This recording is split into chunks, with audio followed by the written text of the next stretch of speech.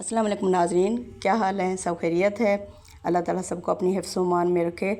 तो आज हम सूरह बकरा शुरू कर रहे हैं। सूरह बकरा क्या है? जो हमने सूरह फातिहा में अल्लाह से दुआ की थी कि अल्लाह ताला हमें इनाम याफ्ता लोगों का रास्ता दिखा, उन लोगों का रास्ता जिन पर तूने इनाम किए, ना कि उनका जिन पर तेरा गज़ब हुआ और ना ही गुमराह लोगों का। अल्लाह ताला से जो हमने दुआ की थी सूरह फातिहा में, तो ये जो कुरान है वो ये जवाब दुआ है। इसमें सबसे पहले अल्लाह ताला ने हमें तारुफ़ कराया है सूरह बकरा में यहूदियों का। इसमें जो मुखातिब हैं बनी इसराइल के लोग हैं।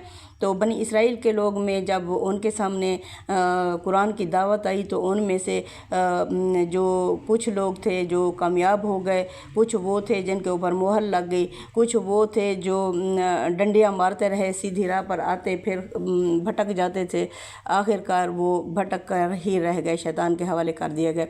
तो इसमें जो पहली 5 आयत है उसमें अल्लाह ताला ने फलाह याफ्ता यानी इनाम याफ्ता लोगों का ज़िक्र किया कि वो कौन से होंगे जो कामयाब होंगे।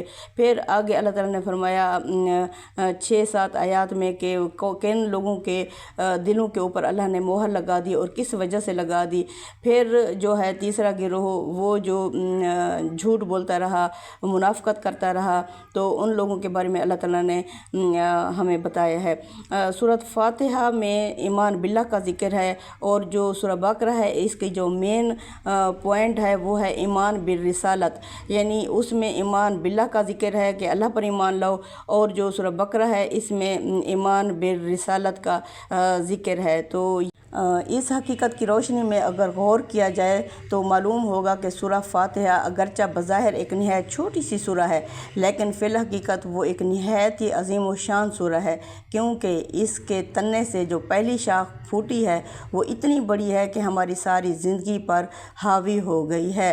यानी इससे इस बात की तस्दीक होती है कि पूरा कुरान दर हकीकत इसी सूरह फातिहा के तुख़्म से पैदा हुआ है, यानी इसी के ही बीज से पूरा कुरान पैदा हुआ है। इसी दुआ से ही पूरा कुरान जवाब दुआ की शक्ल में हमें मिला है।